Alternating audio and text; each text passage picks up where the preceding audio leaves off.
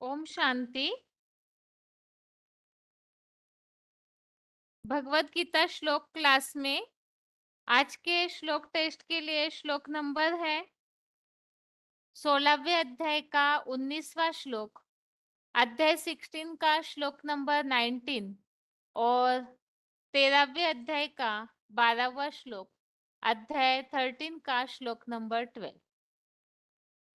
और पहले तो पॉइंट्स बताइए। ओम शांति बहन जी। हाँ जी 16 16 का 19 है।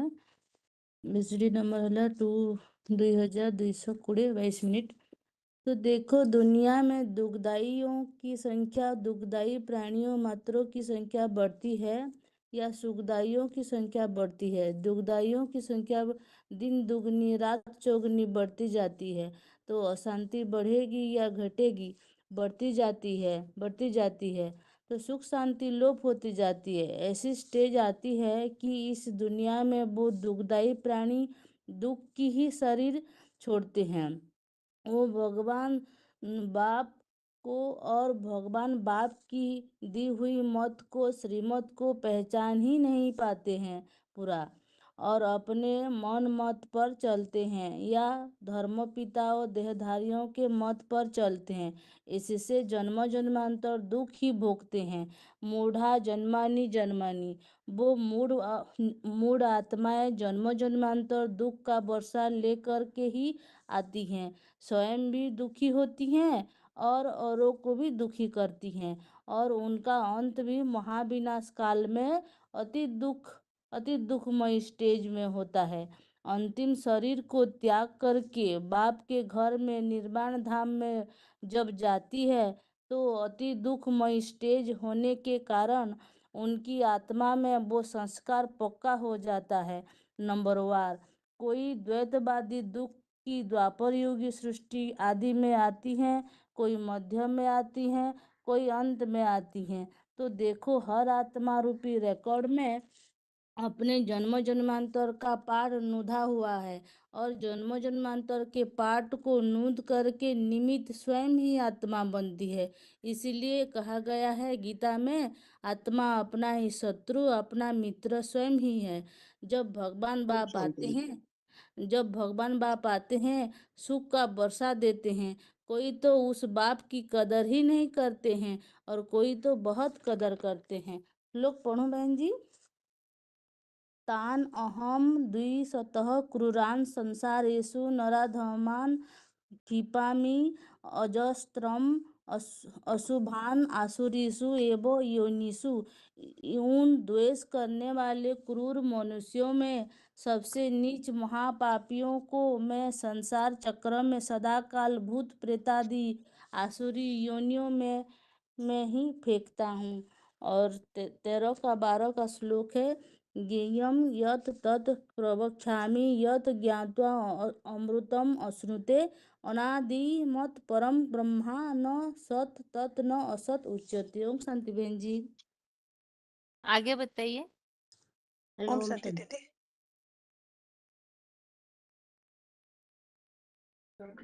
दीदी क्यों मैं बताऊं? हाँ जी माताजी। वार्तालाप 1574। सबसे नीच पापी संसार चक्र में सदाकाल आसुरी योनियों में आती है। जो मूढ़ बुद्धि ईश्वरीय ज्ञान को नहीं समझते हैं और जन्म जन्मांतर आसुरी योनियों में, इस्लामियों में, बौद्धियों में, क्रिश्चियन में, इन योनियों में जाकर जन्म लेते हैं। आसुरी योनि यानी अपना मूढ़ा जन्मानी जन्मानी। आसुरी योनि में गिरने वाले जो मूढ़ आत्माएं है और जन्म जन्मांतर आसुरी योनियों में गिरते हैं। देव योनियों में नहीं आती है। वो आत्माएं द्वापर युग से, दैत्यवादी युग से आती है। जो अद्वैतवादी युग है, एक शिव बाबा दूसरा ना कोई, उसमें नहीं आती है। जहाँ एक धर्म, एक राज्य है, एक भाषा, एक कुल है। दीदी श्लोक पढ़ूं? श्लोक है 16 का। तान अहम द्वेषतः कुरान संसारेषु नराधमान् क्षिपामि अजसम अशुभान आश्वेषु एवं जोनिषु। और 13 का है 12। ज्ञेयं यत् तत् प्रवक्ष्यामि यत् गत्वा अमृतम् अश्नुते हेलो अन्यादिमत् परं भव न सत् तत् न असत् उच्यते। हेलो हाँ जी माता जी। ओम शांति। इसमें बताया था कि जो भी दुखदाइयों की संख्या जो प्राणी मात्र की संख्या बढ़ती है या सुखदाइयों की संख्या प्राणी बढ़ती है। जो दुखदाइयों की संख्या दिन दुगुना रात चौगुना बढ़ती जाती है तो अशांति बढ़ती या घटेगी। तो दुनिया में अशांति बढ़ती घटती रहती है, बढ़ती जाती है। तो इसलिए सुख शांति लोप हो जाती है। ऐसे स्टेज आती है कि इस दुनिया में जो दुखदाई प्राणी दुख की स्टेज में ही शरीर छोड़ते हैं, वो भगवान बाप को और भगवान बाप की दी हुई मत को और श्रीमत को पहचान नहीं पाते हैं, तो पूरा अपने मनमत पर चलते हैं। तो धर्म पिताएं हैं, वो मनमत पर चलते हैं। इससे जन्म जन्मांतर दुख ही भोगते हैं। मूढ़ा जन्मानी जन्मानी, वो मूढ़ा आत्माएं जन्म जन्मांतर दुख दर्द ले करके ही आती है। स्वयं ही दुखी हो जाती है और को भी दुखी करती है। और उनका अंत भी महाविनाश काल में अति दुख में स्टेज में होता है। अंतिम शरीर को त्याग करके बाप के घर में निर्माण धाम में जब जाती है तो अति दुख में स्टेज में होने का कारण उनके आत्मा उनका आत्मा में वो संस्कार पक्का हो जाता है। नंबर 1 कोई दैत्यवादी दुख की द्वापर युग की सृष्टि में इसके आदि में और द्वापर युग के आदि में आते हैं, तो कोई मध्य में आते हैं, कोई अंत में भी आते हैं। तो देखो हर आत्मा रूपी रिकॉर्ड में अपना अपना जन्म जन्मांतर का पाठ भरा हुआ है। और जन्म जन्मांतर का पाठ का जो नोंद करते हैं, करने का निमित्त स्वयं आत्मा खुद बनती है। इसलिए कहा जाता है गीता में कि आत्मा अपना शत्रु और आत्मा अपना मित्र स्वयं ही होता है। जब भगवान बाप आते हैं, सुख का वर्षा देते हैं, तो कोई तो उस बाप की कदर ही नहीं करती है, वो तो बहुत कदर करती है। आगे बताइए। हेलो हाँ जी। ओम शांति दीदी। वार्तालाप 1768 56 मिनट बाद दुर्गति पाई आत्माएं कीड़े मकोड़े जैसे में जन्म लेती है।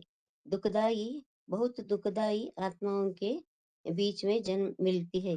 मूढ़ा जन्मनी जन्मनी ऐसी मूर्ख आत्माएं भगवान को पहचान नहीं पाते हैं और आ करके पुनः पुनः उसी नरक के दुनिया में जन्म लेते हैं। कीड़े मकोड़े के बीच में दुर्गति देने वाली दुनिया में ही आते हैं। कहाँ दुर्गति देने वाली कलयुग की आत्माएं कहाँ, और सतयुग में जो आने वाली जो आत्मा सदगति पाती है ना, सतयुग में तो सदगति होती है और दुर्गति कहाँ होती है, कलयुग के अंत में ही होती है। श्लोक पढ़ो दीदी। हाँ जी। अध्याय 16 में 19th का श्लोक। तान अहम द्विषितः क्रूरान् संसारेषु नराधमान क्षमा क्षिपामि अजस्त्रम अशुभातु असुरेषु एव योनिषु। अर्थ दीदी। हाँ जी। उन द्वेष करने वाले क्रूर मनुष्यों में सबसे नीच महापापियों को मैं संसार चक्र में सदा काल भूत प्रेतादि के असुर योनियों में ही डालता हूँ। दीदी बताना है कैसे? क्या? हाँ, और कुछ डिटेल इसमें बताना है क्या, ऐसा पूछ रही थी दीदी। नहीं आते थे। आगे बताइए। 21 973 माता जी। हाँ हाँ। शांति दीदी, 13 अध्याय का पढ़ो दीदी। बताइए। हाँ, ये आदि रहित परमेश्वर ब्रह्मा तो ढेर का नाम, लेकिन परम ब्रह्म सिर्फ एक का नाम है। परम ब्रह्म सिर्फ आत्मा नहीं है, आत्मा के साथ साथ 5 तत्वों का अविनाशी पुतला भी है। जो ज्ञान वो सुप्रीम सोल ने डाला, वो माता ने धारण किया, इसीलिए वो परम ब्रह्म हो गई। परम ब्रह्म तुम्हारा रहने का स्थान है, इसलिए बोला शिव बाप जब इस सृष्टि पर आते हैं तो तुम बच्चों को परम धाम को इस सृष्टि पर उतार लेना। उतारने वाले नंबरवार होते हैं। जो अव्वल नंबर आत्मा है, जो शिव के ज्ञान बीज को धारण करने वाले हैं, वो अव्वल नंबर आत्मा मनुष्य सृष्टि में अव्वल नंबर पार्ट बजाने वाले हैं, हीरो पार्टधारी है, हीरो पार्ट बजाने वाले हैं। उनका आदि और अंत होता ही नहीं है। भक्ति मार्ग में भी कौन सा देवता है जिसके लिए गायन है, उसका कोई माँ और बाप नहीं है।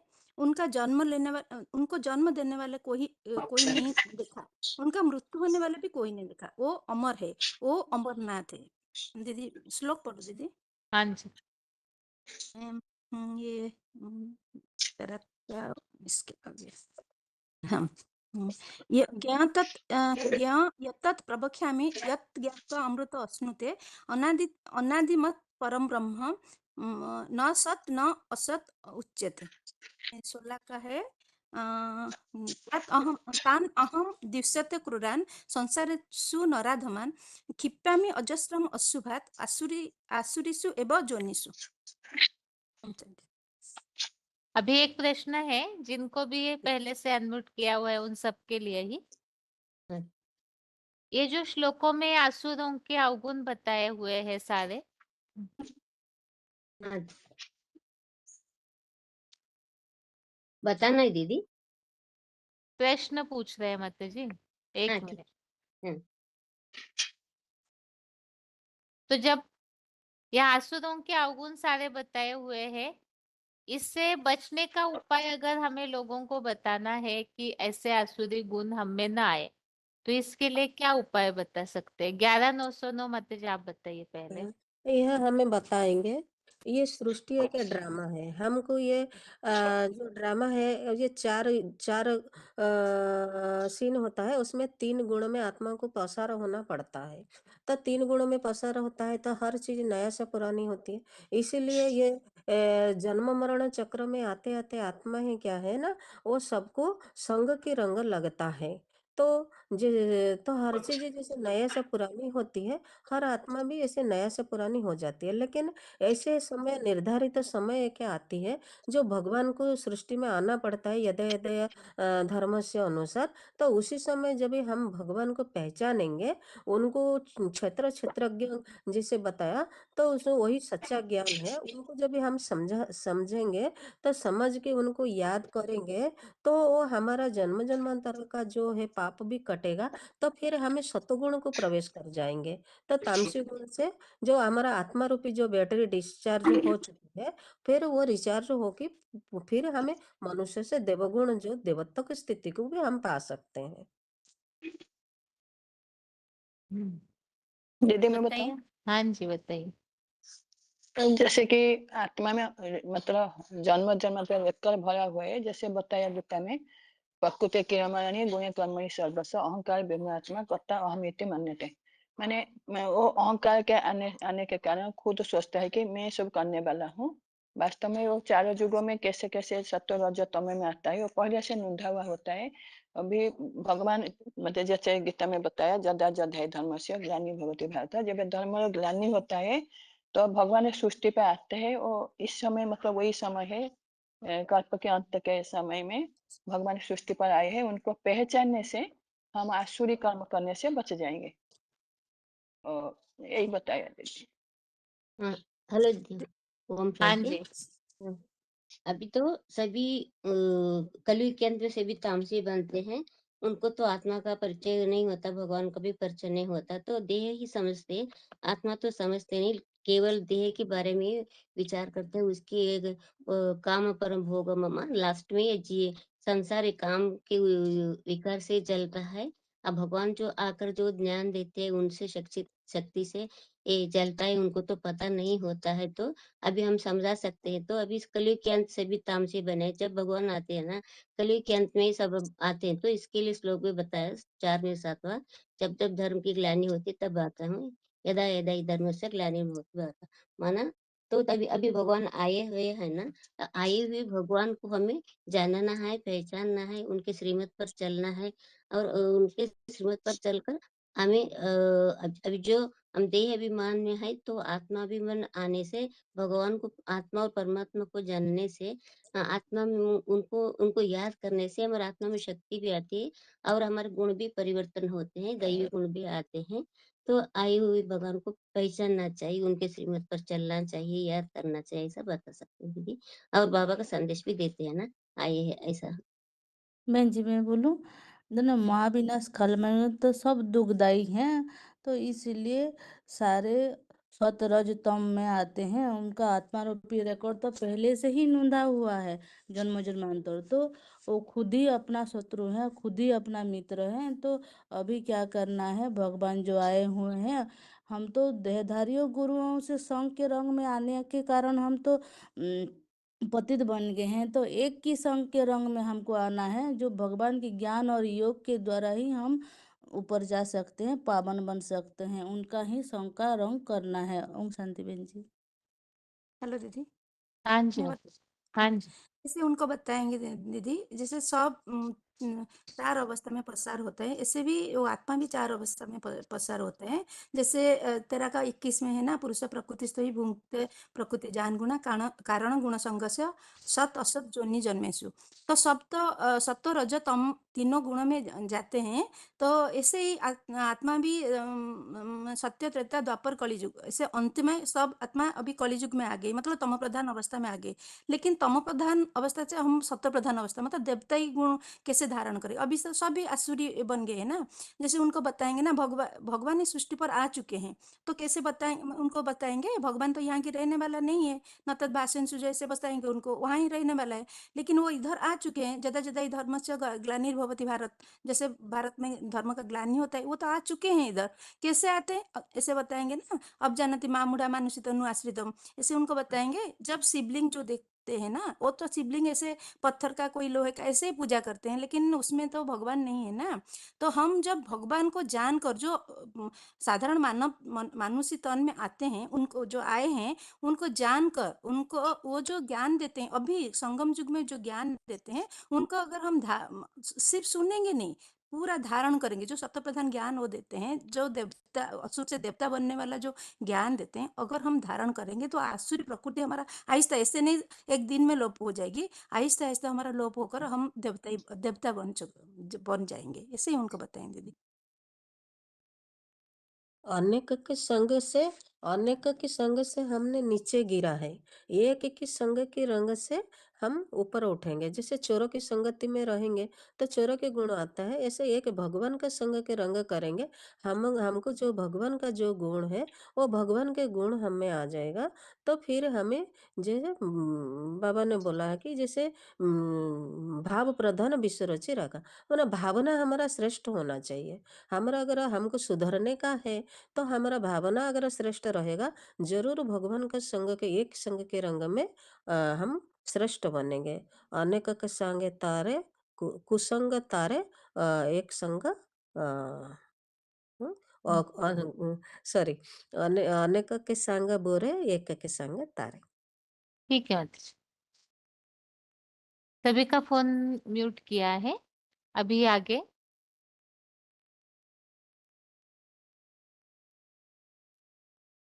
28,372, 28,372, 29,340, 94,31, 22,170,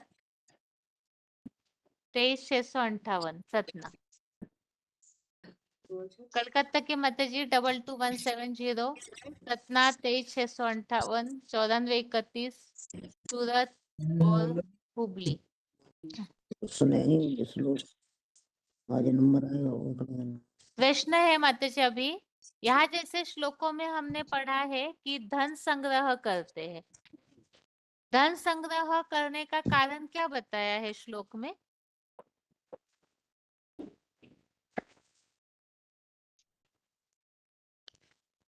हेलो।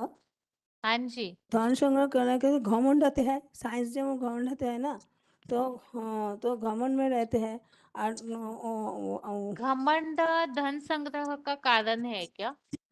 नहीं, हाँ, प्रश्न पूछा है धन संग्रह किस कारण करते हैं? हाँ, धन संग्रह उनको तो इकट्ठा करते था, धन संग्रह होते हैं। बोलो क्यों, बोलो। सूरत, हुबली माता जी बताइए। ओम शांति दीदी। तो हाँ कारण जी के लिए तो निश्चित चलता है। बताइए, मानसा की माता जी बताइए। हाँ जी दीदी, दान इकट्ठा करने का कारण है अनेक इच्छाएं। भी हम दान इकट्ठा करेंगे तो अपनी इच्छाएं पूरेंगे, ऐश करेंगे, होटलों में जाएंगे, अनेक जैसे अनेक चित्त विभ्रांता भी मोह जाल में फंसे हुए हैं। भी अपने बच्चों के लिए धन इकट्ठा करेंगे, ऐश करेंगे, हम दूसरों पर भी राज्य कर सकेंगे, हमारे पास भी इतना धन हो जाएगा, तभी करते हैं। धन संग्रह का मतलब कि दूसरों पर भी हम राज्य कर सकते हैं, और अपने मोह जाल में फंसे हुए कि हम अपने बच्चे हमारे ऐश करेंगे, हम भी आराम से रहेंगे। हेलो। प्रश्न यहाँ ये है कि धन संग्रह हाँ। करने को यह आसुरी जो अवगुण है उसमें क्यों लिया हुआ है, उसका क्या कारण है? क्योंकि दीदी ऐसी है ना, भी जो भी अच्छे से हाँ। जैसे बाबा मुरली में बोलते हैं, जो सच की कमाई है वो तो 2 रोटी हुई पूरी होती है। जो फिर तो अनेक गलत काम करेंगे तभी धन इकट्ठा होगा ना। अनेक पाप कर्म करेंगे तभी आसुरी गुण हो गया, जो अनेकों को दुख देंगे, गलत ढंग से पैसा इकट्ठा करेंगे। आगे कोई बताएंगे? हाँ, जो आसुरी क्वालिटी है वही तो धन संग्रह एक्सेप्ट करते हैं ना। जेमन अहंकार होते हैं तो क्रोध पाखंडी लोग जो होते हैं तो अवगुण के द्वारा ही अपनी तो। उपजीविका के लिए पैसा इकट्ठा हेलो। करना गलत है क्या? नहीं, वो फिर तो इसे आसुरी अवगुणों में क्यों बताया जा रहा है? अपने आगे की क्योंकि पीढ़ियों अपने के के लिए तैयारी करके रखना, इसमें गलती क्या है? अगर बाहर वाले ये पूछते हैं तो इसे कैसे समझाएंगे? अपने लिए करते वो तो स्वार्थी होता है दीदी, और अपनी आत्मा के लिए करते हो तो वही निस्वार्थ है। अपनी आत्मा के लिए करते हो और भगवान के लिए करते हो तो वही अपने लिए नहीं, और अपने भगवान के लिए करते हो तो पहले भगवान के लिए करना है, फिर अपने लिए करना है। अच्छा, भगवान को किसी की आवश्यकता है? भगवान तो को सभी की आवश्यकता है। हम संदेश देने के लिए जाते हैं तो सभी बोलते हैं कि हाँ भगवान की तो हमें जरूरत है। नहीं आपने अभी तो कहा ना जरूरत तो सभी भगवान को। के लिए करना चाहिए हमें, तो उसके लिए हाँ, हमने प्रश्न पूछा कि भगवान को किसी की मदद की आवश्यकता होती है क्या? अभी तो किसी को नहीं है, पर दुख होता है जब बहुत आपत्ति आती है तभी भगवान की जरूरत पड़ती है। उसके पहले तो किसी को भगवान की जरूरत, क्योंकि सब मोह माया के जल में सब फंस गए हैं। तो उसको तो अभी भगवान की जरूरत ही नहीं होती। आगरा के माता जी बताइए। 9431 माता जी।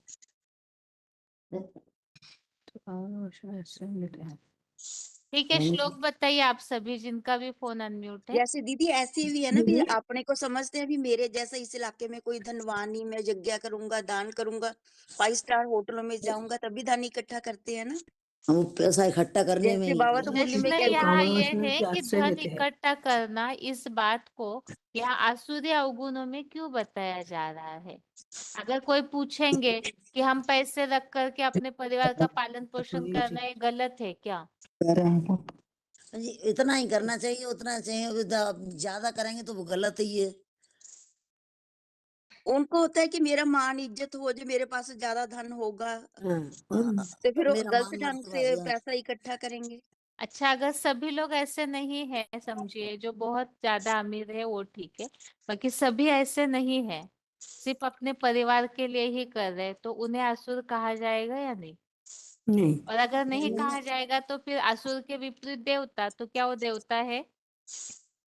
ये तीप तो कामना वासना जो नहीं तो करते हैं। वो तो मीडियम है, वो भी बीच में नहीं तो दीदी ना श्लोक देवता बताऊं ना। मैं? बताइए।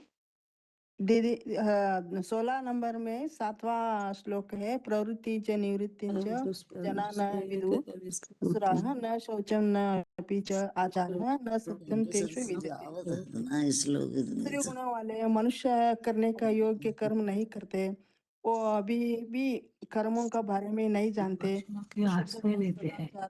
सत्यता को नहीं इस बारे में नहीं जानते। वो ही तो बस धन संग्रह में खड़े रहते हैं।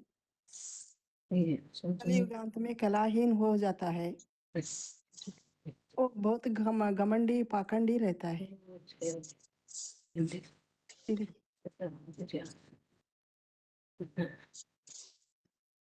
द्वापर से कलयुग तक तीव्र तरह से वो पैसा इकट्ठा करने की लोलुपता में आ जाते हैं।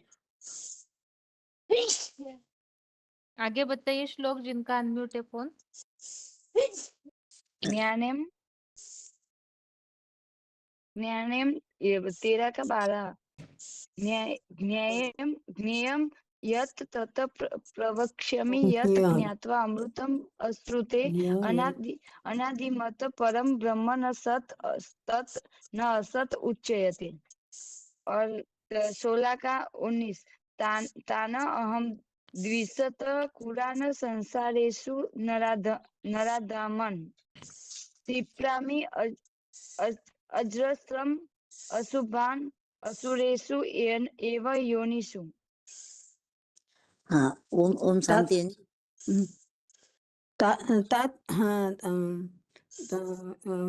सोलह का 19 होता है, तात अहम दिशत्वा पुरात संशेषु नराधमान चित्रापि अजस्र अशुभान आसुरीषु एव योनिषु।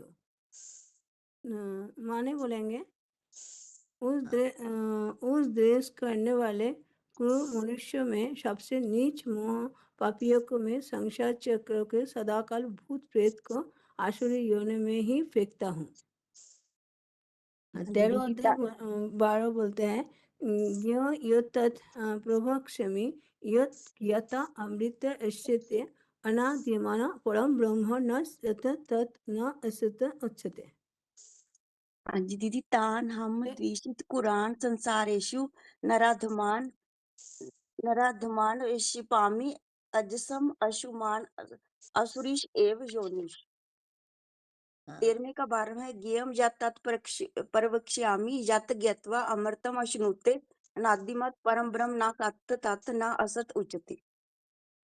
ओम शांति है जी। ओम शांति। तान संत क्रूरान संसार नराधमान क्षमापे अजस्त्र अंशवान आसुरी योनिस। और 13 को 12 में श्री यत प्रवश्याम यत ज्ञात्वा अमृत श्रुते अनादिमत परम ब्रह्म न सत तद न असत उच्यते। 13 को 12 में। ओम शांति दीदी, क्या बताना है इस श्लोक दीदी? हाँ जी माता जी। 16 का 19 है, तान अहम दुष्टः कुरान संसारेषु नराधमान क्षिपामि अजस्रम अशुभान आसुरीषु एव योनिषु।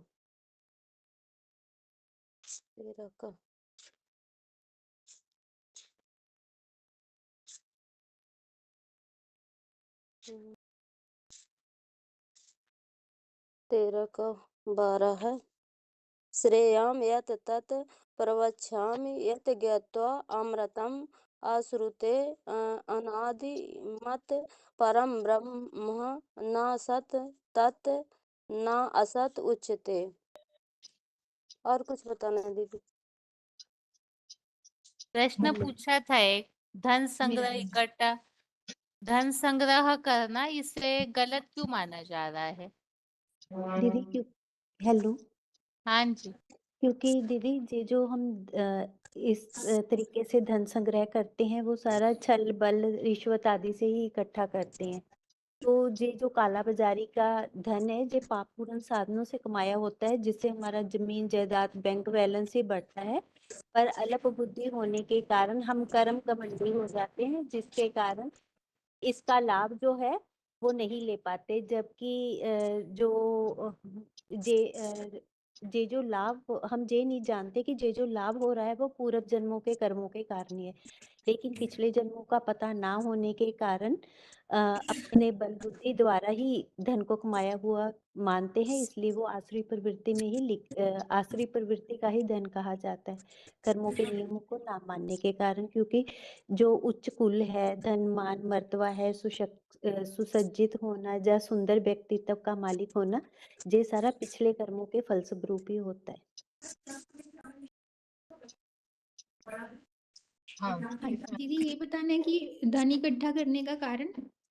नहीं, यहाँ वास्तव में प्रश्न ये है, अभी जैसे कि 16वें अध्याय के बारे में आप किसी को समझाते हैं कि देखिए गीता में ये बातें बताई हुई है कि ये सारे आसुरी गुण है, धन संग्रह करना या जो भी। तो रिटर्न में लोग पूछेंगे ना, फिर हम अपनी पीढ़ियों का क्या करें, आगे जो भी परिवार वो लोग पाल रहे हैं तो उनका कैसे करेंगे वो लोग। तो इसे गलत क्यों माना जा रहा है धन संग्रह करना। दीदी धन संग्रह के चक्कर में वो मतलब गलत भी सारे अच्छे बुरे सारे काम कर रहे हैं, जैसे रिश्वत करना, जमाखोरी, है ना। तो लेकिन उसके कारण तो वो मतलब इसीलिए कर रहे हैं कि हम अपने आप को बड़ा दिखाने के लिए, ऊंचा दिखाने के लिए, कि भी दुनिया में अपना मान मर्तबा बढ़ाने के लिए। अगर जैसे होता है ना कि बच्चों के लिए कर रहे हैं, तो जैसे हम दुनिया में भी कहते हैं, बाबा ने भी मूल्य में बोला है कि अगर संतान अच्छी होगी तो उसके लिए कमाने की जरूरत नहीं है, वो खुद ही कमा लेगी। अगर संतान बुरी है तो वो तो फिर चाहे आप जितना भी इकट्ठा कर लो वो तो खत्म कर ही देगी, है ना। तो मतलब अगर हम अपने बच्चों को काबिल बना लेंगे फिर तो हमें स्थूल धन की जरूरत ही नहीं पड़ेगी। अगर वो अच्छे हैं तो वो खुद ही अपनी कमाई कर लेंगे। इसलिए मतलब उनको अच्छा बनाने की जरूरत है, ना कि ये स्थूल में धन इकट्ठा करने की जरूरत है। क्योंकि जो ज्ञान है वही सबसे बड़ा धन है, चाहे वो बच्चों के लिए चाहे वो हमारे खुद के लिए। तो ज्ञान धन से उत्तम तो कुछ भी नहीं है। तो इस तरह से समझा सकते हैं दीदी। ठीक है माता जी, उत्तर तो बहुत अच्छा दिया है। आगे बताइए माता जी। दीदी इसका है ना, हाँ जी। इसकी अधिक में जो भाव है, धन इकट्ठा करने का भाव गलत है। कि देहवान से सुख भोगना है, अब खुद भी भोगना है, बच्चों को भी भोगना है, माना इसकी आदि गलत है। मध्य माना उसकी प्राप्ति करने के लिए फिर तरीका भी गलत अपनाया जाता है। और फिर इसका अंत है, माना इसकी जो रिजल्ट वो लोग प्लान करते हैं, वैसी रिजल्ट नहीं मिल पाती, क्योंकि उसमें कारण ही अलग है। माना एक ये सेवा के हिसाब से हो तो उसका रिजल्ट भी वैसा मिलता है। माना जैसी भावना हो, जहाँ भाव प्रधान कृष्ण जी रखा, माना प्राप्ति कैसी होती है, धन जो इकट्ठा करते हैं, देहवान का सुख बच्चों को ही भुगवाते हैं, तो बच्चे तो कई बार गलत रास्ते ही निकल जाते हैं और देहवान के ही सुख भोगते हैं। और इसके अगर हम ये बताते हैं कि ये जो चीजें हैं, अवगुण हैं, ये दुखों का कारण ही है, क्योंकि जो अवगुण होते हैं वो बंधनों में बांधते हैं। और इसके बजाय हम अगर आत्मिक स्थिति के प्रति अभ्यास करेंगे या पुरुषार्थ करेंगे तो सभी कुछ मुहैया हो जाएगा। क्योंकि आत्मिक स्थिति वालों के लिए प्रकृति की दास्ती बन जाती है। माना योगक्षेम वहां में हम जो बताए, सुरक्षा भी होगी, प्राप्ति भी होगी, सारा कुछ हो सकता है, और वो देवताओं की लिस्ट में गए। माना वो असुर भी नहीं कहा जाएगा और उनका आदि मध्य अंत सब सही हो जाएगा, इसलिए वो ये देवताओं की लिस्ट किस हिसाब से बोला था जी, एक बार वाक्य रिपीट कीजिए। हाँ, बताया कि अगर धन माना जो उनको फिक्र रहती है कि हमारी पीढ़ियों का क्या होगा, तो अगर हम ये बताएंगे कि आत्मिक स्थिति माना देहवान के सुख के पीछे वस्तुओं का या वैभवों का या धन इकट्ठा कर रहे हैं ना, अगर आत्मिक स्थिति का अभ्यास करेंगे तो हमारा जो आगे की चिंता है, भय है, या इसका क्या होगा उसका क्या होगा, वो सारा प्रकृति दास्ती बन जाएगी ना। माना हम गुणों को धारण करेंगे, आत्मिक स्थिति धारण करेंगे, तो ये आसुरी गुणों की जरूरत ही नहीं है, धन संग्रह करने की जरूरत ही नहीं है, और इसका रिजल्ट भी पक्का निकलेगा। क्योंकि असुरों की तरह अगर हम धन इकट्ठा करते हैं, क्योंकि भाव गलत है तो उसका तरीका भी गलत ही अपनाया जाएगा, मानो रिश्वत, डकैती, चोरी, इस तरीके से धन संग्रह होगा।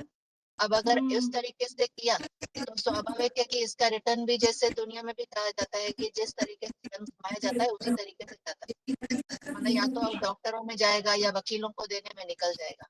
तो जिस तरीके से मेरा भाव जैसा होगा, भाव प्रधान ईश्वर जी रखा के हिसाब से धन जिस भाव से इकट्ठा किया जा रहा है उसका रिटर्न भी वैसा नहीं मिलेगा। और अगर हम गुणों को धारण करते हैं, आत्मिक स्थिति का अभ्यास करते हैं, तो प्रकृति सभी कुछ मुहैया करेगी। जो अपना श्लोक भी है कि आत्मिक स्थिति में रहने के कारण प्रकृति दासी बन जाती है, कुछ भी करने की दरकार नहीं है, कार्य में विद्यमान। ठीक है। जैसे हेलो। दीदी अभी कहते हैं ना, पूत सुपूत का धन संचय, पूत कुपूत का धन संचय, मतलब सुरक्षा है तो धन इकट्ठा कर लेगा। आज तो छल बल धन से इकट्ठा किया जाता है, तो वो तो हमारे, जैसे हम छल से करते हैं तो हमारा मन भी वहीं जाएगा। यदि हम अच्छी हमारी बुद्धि है तो धन इकट्ठा करने की जरूरत ही नहीं है। हाँ, यदि ज्ञान है वो तो भगवान ही आकर के ज्ञान देते हैं, तो ज्ञान से ही तो बाहर की दुनिया में भी कहते हैं, नहीं ज्ञान सदसम पवित्रम यही विद्यते। दुनिया में ज्ञान है तो सब कुछ है, ज्ञान नहीं है तो कुछ भी नहीं है। तो यदि किसी को बताते हैं तो ज्ञान है, यदि हम कितना भी धन कमा लेंगे लेकिन हमारे पास बुद्धि नहीं है तो फिर वो हमारा व्यर्थ में ही धन इकट्ठा किया हुआ व्यर्थ में ही चला जाएगा। तो हमें इकट्ठा करने की दरकार ही नहीं है।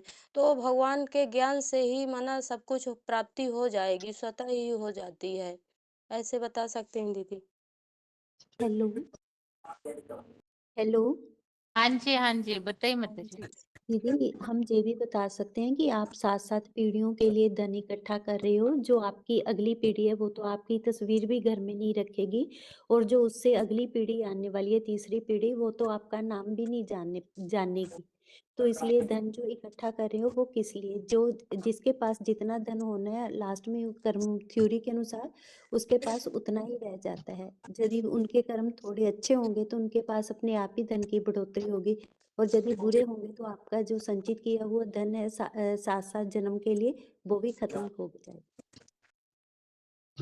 कि शास्त्रों में ऐसा कोई उदाहरण है, कोई असुरों का या कोई भी राक्षस संप्रदाय में, कि जिन्होंने धन इकट्ठा किया है छल बल से?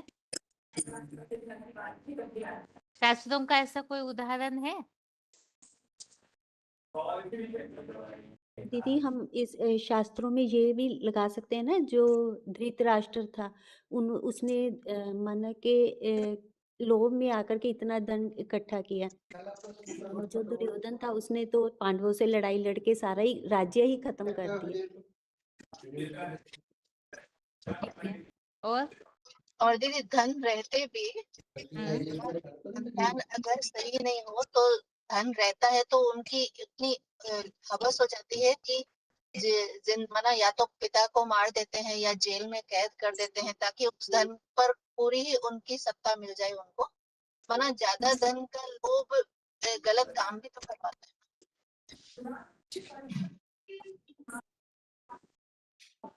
जी एक एग्जाम्पल जो है वो हिस्ट्री में ऐसे भी आता है कि जैसे शाहजहां थे, उनके बेटे ने उनको मार दिया और गद्दी पे बैठ गया, पर जो रंगीला था उसने भी क्या किया कि वो सारा रंग जो सारा धन था वो ऐसे ही वेस्ट कर दिया, और जो इनकी मुसलमानों की सत्ता थी वो रजाई ही खत्म होगी सदा के लिए। हाँ जी। दीदी कंस का एग्जाम्पल भी दे सकते हैं कि उसने अपने पिता को जेल में डाल दिया था, मतलब क्योंकि वो है तो पहले तो वो भी राजा ही था, मतलब अब उसका नहीं था तो उसको मतलब अपने बाप को जेल में डाल दिया, क्योंकि उसका बच्चा ही कपूत था। अगर वो लायक होता तो फिर तो बाप की बात भी मानता और उसको उसी को वंश को आगे बढ़ाता, लेकिन उसने अपने बाप को तो अंदर डाल दिया अमीर बनने के चक्कर में, तो मतलब खुद गद्दी पे बैठ गया। ठीक है। अच्छा बताइए, रावण के पास सोने की लंका कहाँ से आई? हाँ जी। क्या बताई जाती है कहानी, पता है किसी? हाँ जी दीदी, सोने की लंका तो ये कहानी आती है कि जो पार्वती जी थे, पार्वती जी ने जिद करके वो बनाया, सोने की लंका नगरी। बनवाई। हाँ जी, सोने की नगरी बनवाई थी, पर उसमें जो पुरोहित के रूप में रावण को बुलाया गया। जब दक्षिणा में पूछा गया ना कि वे तुम्हें क्या चाहिए, तो रावण ने उसकी ओर ही इशारा कर दिया कि यही चाहिए थी। तो इस तरह से वो जो लंका, सोने की नगरी लंका थी, वो रावण के अत्याचारों से वो रावण की लंका बन गई थी, क्योंकि उसमें तब पाप भ्रष्टाचार सभी कुछ आ गया था, विकार भी आ गए थे रावण की उसमें राज्य होने के कारण।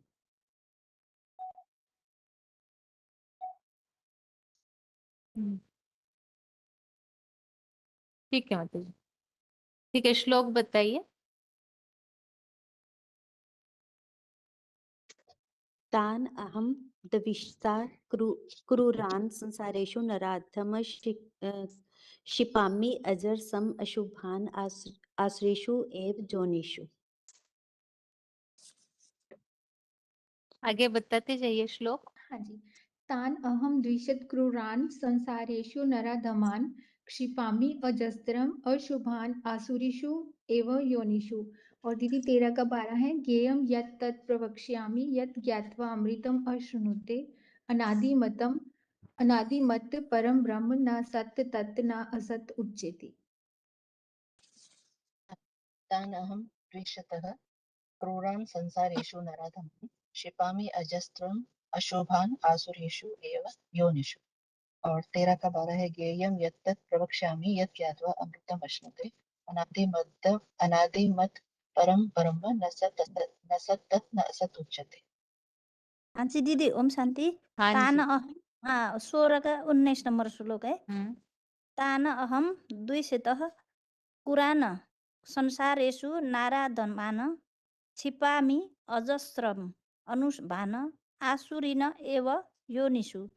और 13 अध्याय का 12 नंबर है, ज्ञेयम यत तत प्रवक्ष्यामि यत ज्ञात्वा अमृतम अश्नुते अनादिमत परम ब्रह्म न सत तत न आसत उच्यते। आगे बताइए। बताएंगे बहन जी? हाँ जी ओम शांति। वीसीडी बताएंगे बहन जी? बताइए। ये छोटा वीसीडी है 2417, जानने योग्य है। अर्जुन का शरीर रूपी क्षेत्र, इस क्षेत्र का, इस युद्ध क्षेत्र का ज्ञाता कौन है? जानने वाला कौन है? इस क्षेत्र के बारे में कौन जानता है? जो शरीर रूपी ये क्षेत्र है, इसका पूरा जानकर कौन है? हाँ, वो ज्ञाता है। वो जो शरीर रूपी क्षेत्र है, वो ज्ञेय माने जानने योग्य है। क्या है जानने योग्य है? क्या जानने योग्य है कि इस मनुष्य सृष्टि रूपी रंगमंच पर कौन सा यज्ञ कुंड है? जिस यज्ञ कुंड के आदेश पर हम तन मन धन स्वाहा करेंगे तो हमारी मुक्ति और जीवन मुक्ति हो जाएगी। लोग पढ़ेंगे बहन जी? पढ़िए। तनु 16 अध्याय में 19वां श्लोक है।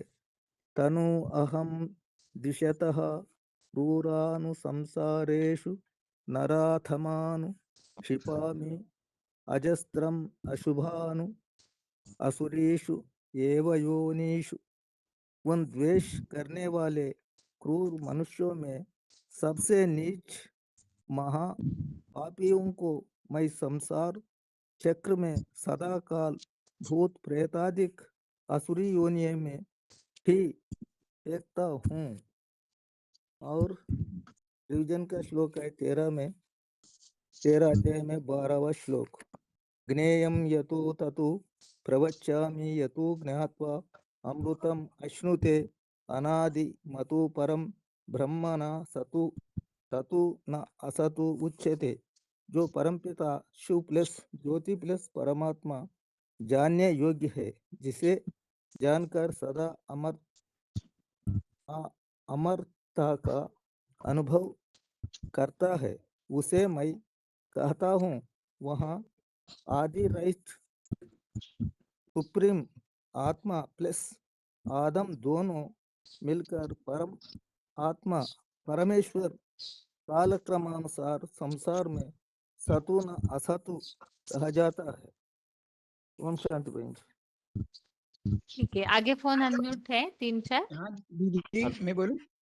एक मिनट, प्रश्न है अभी।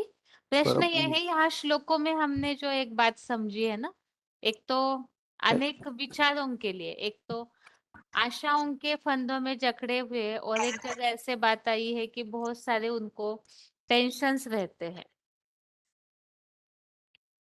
अनेक प्रकार की चिंताओं के अधीन और आशाओं के अधीन, तो इसे असुर कहा गया है ना। इसका शास्त्रों में कोई उदाहरण है कि असुरों को बहुत चिंताएं लगी रहती है, ऐसे शास्त्रों में किसी का उदाहरण मिलता है? हाँ जी, हेलो। हाँ जी। हाँ, तो शास्त्र में तो बहुत सारे है। शास्त्र और गीता में जो चीज बताया गया है, दोनों चीज तो कंपेयर करके बताया गया है। एक धर्म एक अधर्म, एक सत्य एक असत्य, एक न्याय एक अन्याय, एक पाप एक पुण्य। चाहे गीता हो, रामायण हो, महाभारत हो, भागवत हो, कोई भी शास्त्र उठा लो, मैंने हर चीज में दो चीज की कंपेयर किया गया है। असत पथ में चलने से या आसुरी मार्ग अपना से क्या दुख दर्द मिलता है, अंतिम परिणाम क्या होता है, और सत पथ पर चलने से, ज्ञान की मार्ग पर चलने से आपको अंतिम रिजल्ट क्या मिलता है। दोनों को कोई भी आज भी दुनिया में कोई शास्त्र पुराण लिखते हैं ना, कोई भी फिल्म नाटक बनाते हैं, उपन्यास बनाते हैं, उसमें तो वही चीज दिखाते हैं। अंत में सबको सत्य के प्रति आस्था रहता है, विश्वास रहता है, भरोसा रहता है, और उसी का भी जय होता है। तो इसीलिए ये जो 16 अध्याय है, 16 अध्याय में जो तमाम दैवी गुण और आसुरी गुण को कंपेयर करके दिखाया गया। पहले अध्याय में भी वही चीज दिखाया गया, दिव्य शंख और दिव्य सेना ने जो माने दैवी गुण संपन्न वालों का जो दिखाया गया, उनका जो नाम है, नाम के आधार पर पता चलता है। दुर्योधन, दुशासन, दुर्मुख, दुर्जय, दुराभव, वो सब दुष्ट कर्म करने वाले।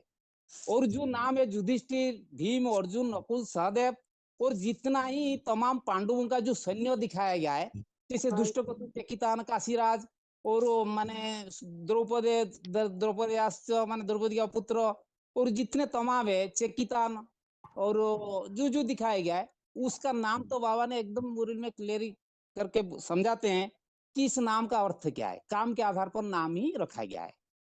तो उसी हिसाब से हर शास्त्र पुराण में, ऐसे कोई शास्त्र, कोई पुराण नहीं, कोई गल्प, कोई एकांकिका नहीं जहां पे समस्या ना हो और उसको समाधान करने के लिए दिव्य ज्ञान का आधार लेने वाले हीरो पाठधारी ना हो। तो हर चीज को यदि टटोल के देखेंगे, सबके अंदर ही श्रेष्ठता, दिव्यता समाई हुई है। आज की दुनिया में, इस तामसिक दुनिया में, जो भी नोबेल रचना करते हैं या कोई भी प्रकार का, नोबेल तो नहीं कहेंगे, जो भी अच्छा गीत कविता रचना करते हैं या नाटक बनाते हैं, उसमें दो चीज को कंपेयर करके दिखाते हैं, और अंतिम जय सत्य का ही होता है। इसीलिए सत्यमेव जयत का जो नारा है, आज भी अंतिम समय में भी कायम है, लेकिन उसका प्रारूप को लोग भूल गए, क्योंकि तामसिकता का प्रभाव ज्यादा हो गया। ये जो श्लोक है, अनेक चित्त विभ्रांता मोहजाला समावृता प्रसाक्ता कामभोगसु पतंती नरके असोचु, माने अनेक चिंताओं में जिनका हृदय, दिल, दिमाग, मतलब जिनका बुद्धि अनेक चिंता में रमण करता है, वो सोचता है कि स्थूल धन कमाने से हम सुख, शांति, समृद्धि में जीवन यापन करेंगे, हमारा खातिर, मान सम्मान दुनिया में प्रतिष्ठित होगा, लोग हमको ज्यादा सम्मान करेंगे, खातिर करेंगे, हमारा बहुत बड़ा महिमा हो जाएगा दुनिया में।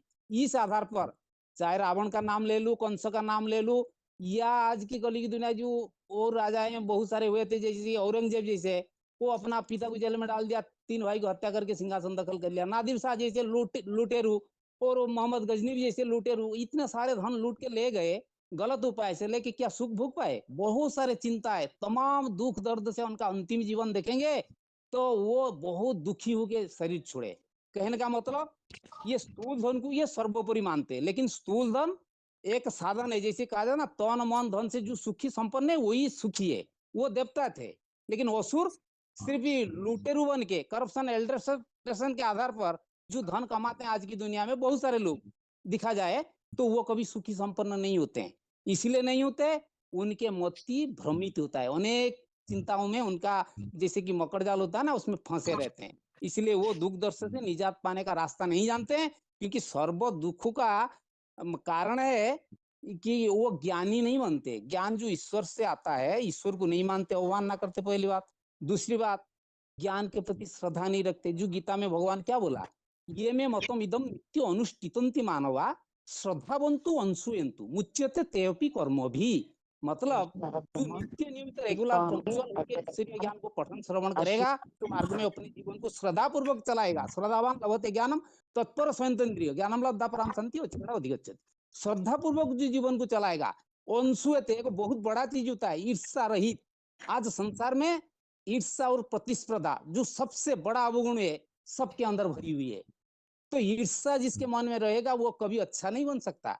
तो भगवान तो यही चीज सिखा रहे, सबके प्रति समान भाव तब आएगा जब ज्ञानी बनोगे। ज्ञानी का उद्देश्य क्या रहेगा, अपना जिंदगी सिर्फ चलाना है, मुट्ठी भर अनाज मिल जाए, जिंदगी चला रहे, कोई अच्छा बढ़िया खाना पीना, रहने मकान बढ़िया, ये सब नहीं चाहिए हमको। तो जिंदगी निर्वाह करने के लिए सिर्फ 2 मुठा 1 मुठा अन्न चाहिए। तो इस प्रकार का सूझ विचारधारा जो रहेगा वही सुखी हो पाएगा। बाकी अनेक चिंताधारा में जिसका मोती भ्रमित होगा, ना खुद का, ना विश्व का, ना किसी का वो कल्याण कर सकता है।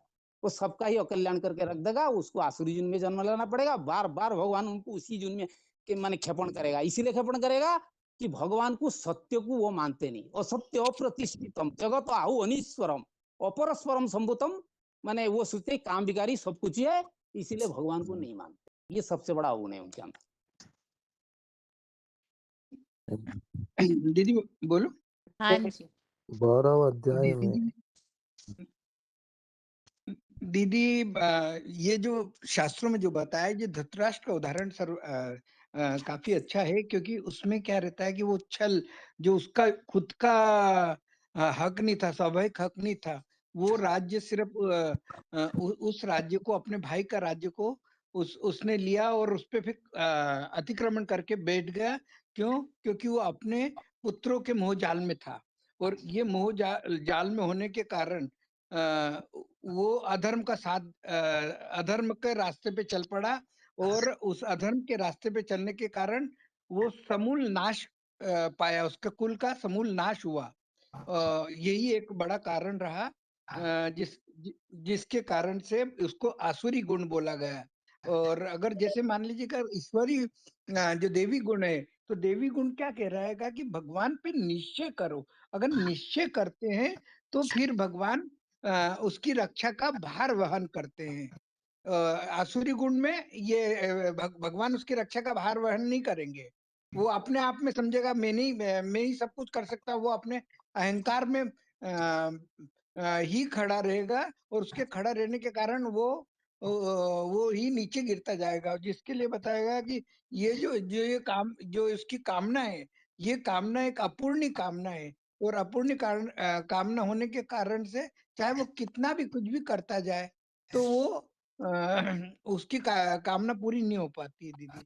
और श्लोक बोलो दीदी। दीदी श्लोक बोल दूं? बता दीजिए। तान अहम दिशत क्रूरान संसारेषु नराधमान क्षिपामि अजस्त्रम अशुभान आसुरीषु एव योनिषु। ये 16वें अध्याय का 19वां था। और 13वें अध्याय का 12वां है, ज्ञेयम यत तत प्रवक्ष्यामि यत ज्ञात्वा अमृतम अश्नुते अनादिमंत परम ब्रह्म न सत तत न असत उच्यते। ये जो आदि रहित परम ब्रह्म के लिए बोला गया है दीदी। हेलो। हाँ जी। ओम शांति। जैसे आपने पूछा था पुराण में जो उदाहरण है, मैं जो समझता हूँ रामायण में है मंधरा का पाठ। जैसे वो जिस रास्ते पे चलते हैं, जाते जाते वो नारायण नारायण करते हैं, जैसे क्रॉस करते हैं उसके बाद उनके विपरीत नाम सुनाने शुरू कर देते हैं। वैसे राम और भरत, इन दोनों की पढ़ाई करके उनकी राम को राजा ही बनाने में दशरथ जब चलते हैं तो वहां पर मंदरा जाके कैकेयी को भ्रमित बुद्धि बना देते हैं कि भाई राम बनेगा तो तुम कहाँ जाओगे करके उनको भ्रमित कर देते हैं और लास्ट में जाके उनके आपस में लड़ाई करवा देते हैं। तो ये एक वो एक यहाँ प्रसंग अलग हो जाता है। यहाँ बात है अनेक चिंताएं सैकड़ों आशाओं के फंदों हाँ में तो जकड़े हुए। मैं वो रामायण का उदाहरण बता रहा था। यहाँ पर जो हमें भ्रमित बुद्धि है तो भगवान एक इधर आते हैं इस दुनिया में साकार में आ जाते हैं। वो बच्चों को अपने टेंशन दूर करके उनको अच्छे दुनिया दिलाने के लिए आ जाते हैं। तो उस भगवान के जानकारी लेना है। तो वो अभी क्या होते हैं अभी इस अंतिम चरण में जैसे आज मुरली में बोला है ये कलयुग में सारे चीज तमो प्रधान है। तो यहाँ भौतिकवादी ज्यादा होते हैं। जो ईश्वर को जानना या आत्मा को जानना ऐसे लोग तो आज होते नहीं है जो उंगली में गिनने मात्र मिल सकता है। तो इस दुनिया में हम अपने बुद्धि बुद्धि जो है वो परमात्मा के साथ में मिलाने से हमारे बुद्धि ऊपर हो सकते हैं। नहीं है तो हम दूसरे मोह जालों में फंस जाते हैं और दुखी संसार में वापस मूढ़ा जन्मनी जन्मनी हो जाएंगे। जैसे धृतराष्ट्र का उदाहरण दिया था या रावण का उदाहरण दिया था, ये सब उसी के लिए दिखाते हैं। तो अनेक चित्त विभ्रांता मोह जाल समावृता अहंकार विमूढ़ात्मा कर्तारम इति मन्यते, ये सब गीता में भी बोला हुआ ना।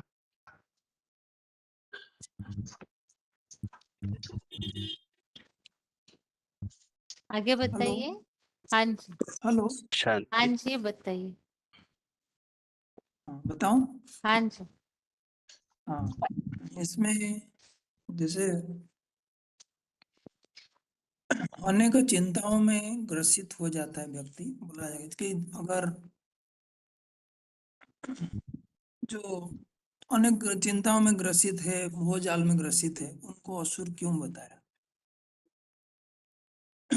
अनेक चिंताएं, जैसे एग्जाम्पल भी भाई ने दिया कि धृतराष्ट्र ने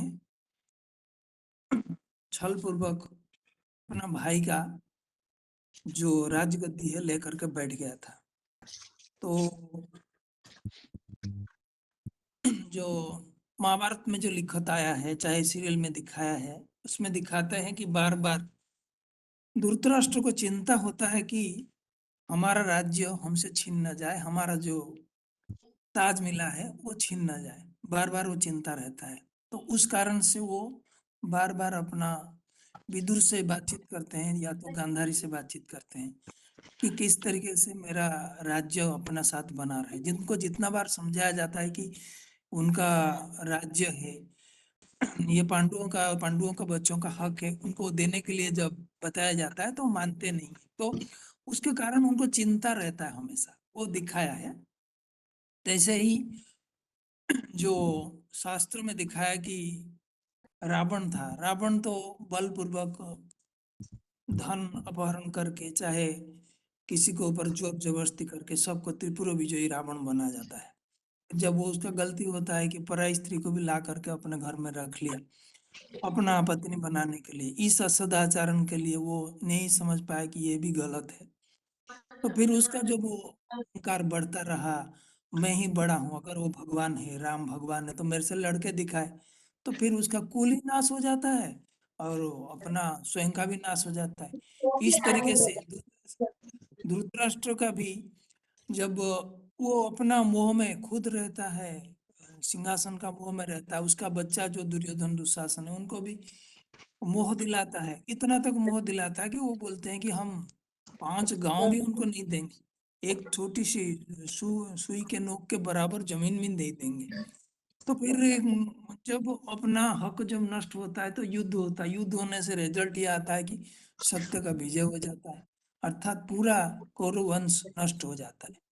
तो बहुत दुखद दुखद परिस्थिति में अंत ये होता है कि बहुत दुखद परिस्थिति में धृतराष्ट्र को शरीर छोड़ना पड़ता है या तो वन गमन करना पड़ता है। तो इस तरीके से आज की दुनिया में जो लोग हैं, जो कलयुग का अंत में मनुष्य के मन में एक भावना भरी हुई है कि जो काम विकार भोगना ही सबसे बड़ी पुरुषार्थ है। अपनी मन की जो कामना है, मन जैसे जहां दौड़ता है, वो कामनाएं पूर्ति करने में जीवन का लक्ष्य है, वही सुख है। जैसे श्लोक में आया है कि अनेक चित्त विभ्रांता,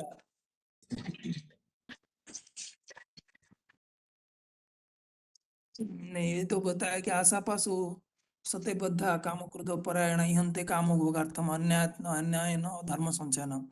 इसका अर्थ है कि जो धर्म संचयन के लिए, धन इकट्ठा करने के लिए किसी भी तरीके से रास्ता अपनाते हैं, कोई रिश्वत लेते हैं, कोई चोरी करते हैं, कोई मिलावटी भी करते हैं। जैसे कि मान लीजिए कोई रिश्वतखोरी होते हैं, तो रिश्वत से उनको डर रहता है कि हमेशा अगर हम पकड़ा जाएंगे तो हमारा बेइज्जती होगी और सारा धन भी सरकार ले लेगा।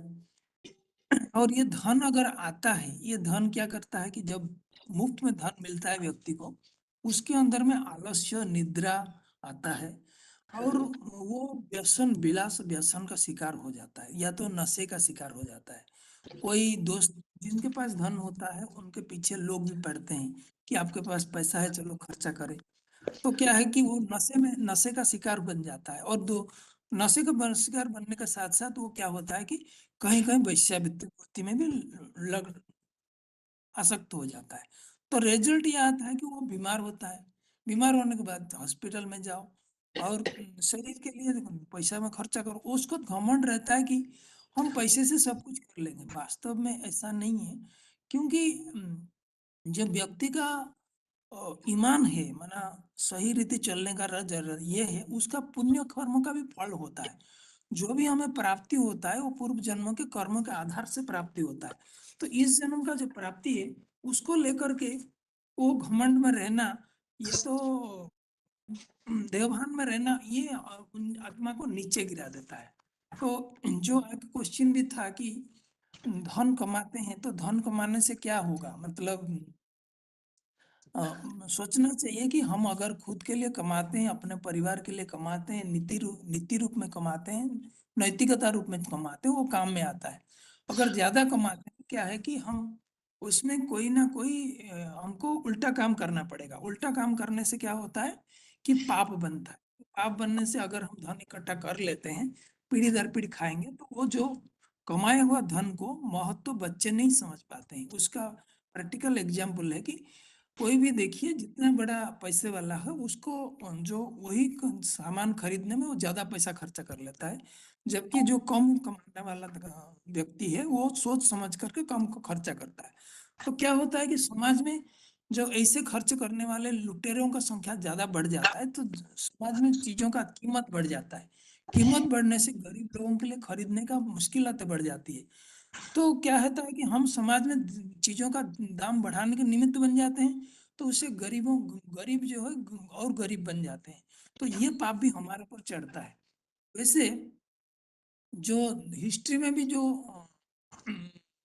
भारत के ऊपर आक्रमण किया, जैसे अलेक्जेंडर आक्रमण किया, तो अनेक जगह विश्व में वो आतंक फैला करके भारत में भी आया था। लेकिन भारत से उसको ज्ञान मिला कि मरने के बाद तुम कुछ लेके जाने वाले नहीं हो। तो फिर वो जब मरता है तो वो मरने का समय वो बोलता है कि मेरा जो लाश है उसको ऐसा लिया जाए कि मेरा खुली हाथ खुले, दोनों तरफ खोल दिया जाए कि मैंने मरने का टाइम कुछ नहीं लेके गया। तो लोगों को ये प्रतीत हो कि मरने का समय कुछ लेना नहीं है, तो फिर कमाना भी हमको जितना नियम पूर्वक हो उतना ही कमाना है। इसी तरीके से जो मुसलमान आक्रांता है भारत में आए, उनका तो रेगिस्तान इलाका है, कुछ पैदाइश नहीं होती, तो भारत में आकर के जो धन संपत्ति को लोलुपता वृत्ति पड़ता है, चोरी जुकारी करते हैं, तो वो धन को ले जा करके वो सुखी जीवन बिता नहीं पाते, क्योंकि खुद अयासी हो जाते हैं। तो अयासी हो जाने के उन प्रजा भी राजा के प्रभाव में आकर अयासी हो जाता है। फिर वो व्यभिचार की दुनिया बनता है। व्यभिचार का दुनिया बनने से दुखी जीवन होता है। तो रिजल्ट भी देखा जा सकता है कि आज भी उस जो जगह है वहाँ आतंकवादी बहुत बन रहे हैं कि धर्म के नाम पर आतंक फैला रहे हैं और दिन दिन देशों में मारामारी करते हैं। और इस तरीके से हम एग्जाम्पल दे करके लोगों को समझा सकते हैं कि अगर धर्म संग्रह करना है तो नीति नियम पूर्वक करना है। अगले पीढ़ी में अगर बच्चे के लिए भी इकट्ठा करते हैं तो बच्चा वो खर्च कर लेता है, वो रखता नहीं है, समझ नहीं पाता किस कष्ट से धन कमाया गया है। और खुद अगर पुण्य में लगाते तो फिर पुण्य अपने साथ में जाता है। जैसे कोई बहुत पैसा कमाता है, बैंक बैलेंस बना के रखता है, कोई काम में नहीं लाता है, लेकिन वो कोई काम का नहीं रहता है। वो जीवन रहते उसको सुखी होना है, समाज को भी सुखी करना है। यही धन प्राप्ति का व्यवहार करने का मार्ग है। हेलो। हाँ जी।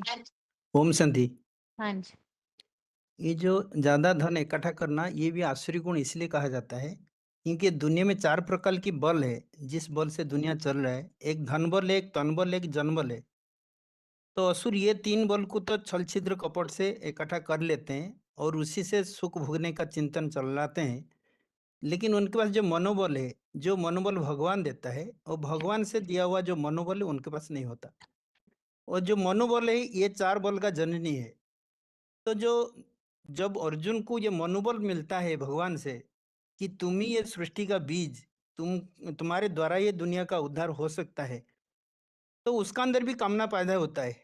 जो कामना जो है मोहजाल है, उसका भी महाकामी को वो नंबर 1 फूल बनाता है। सबसे बड़ा कामना है विश्व का राजा ही। भगवान आके उसको भी कामना पैदा करता है कि तुम विश्व का मालिकाना प्राप्त कर सकते हैं वो कि युग बल की पावर से।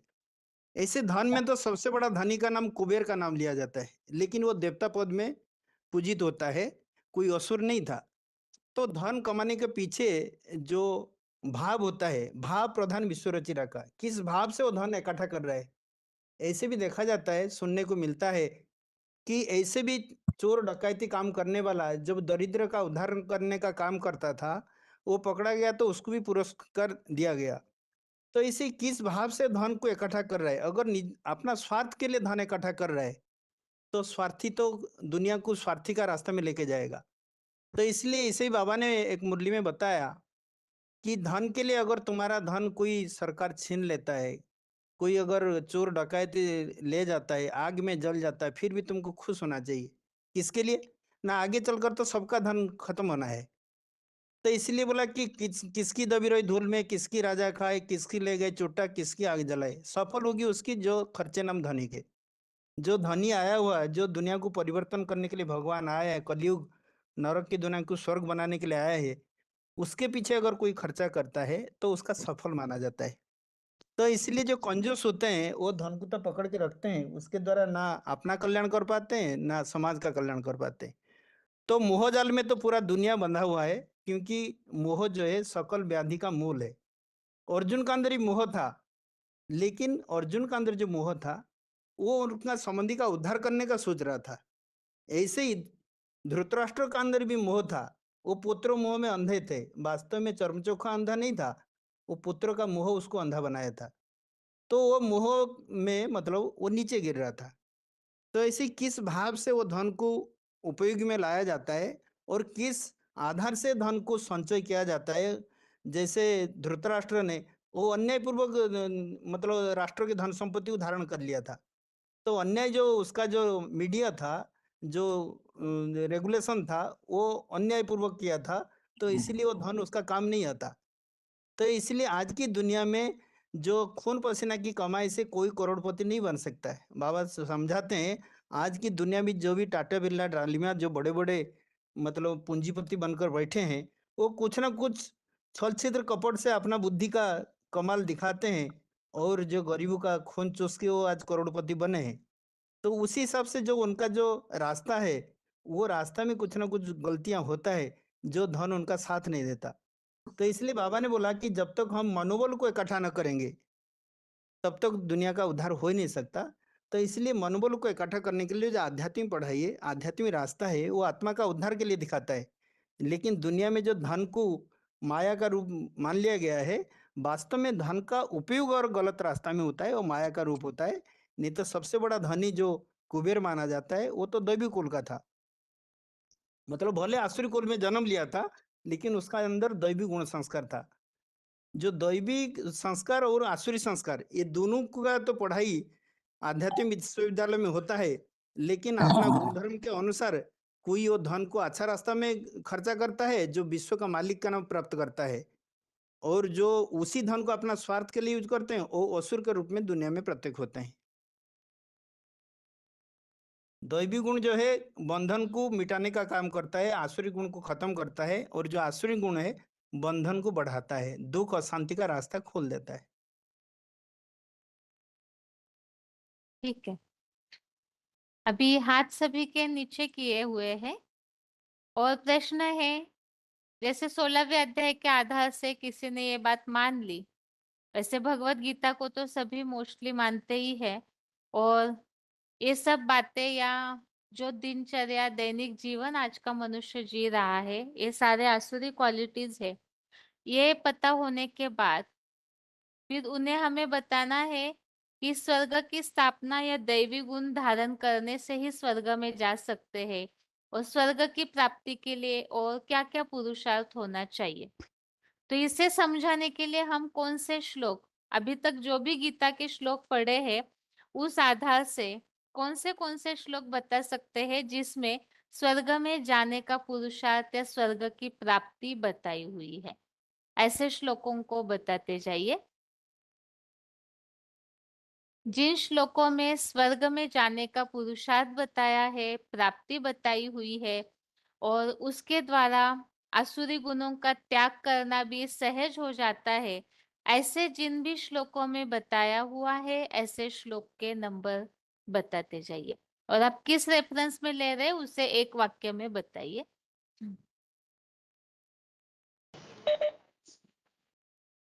ओम शांति बहन जी।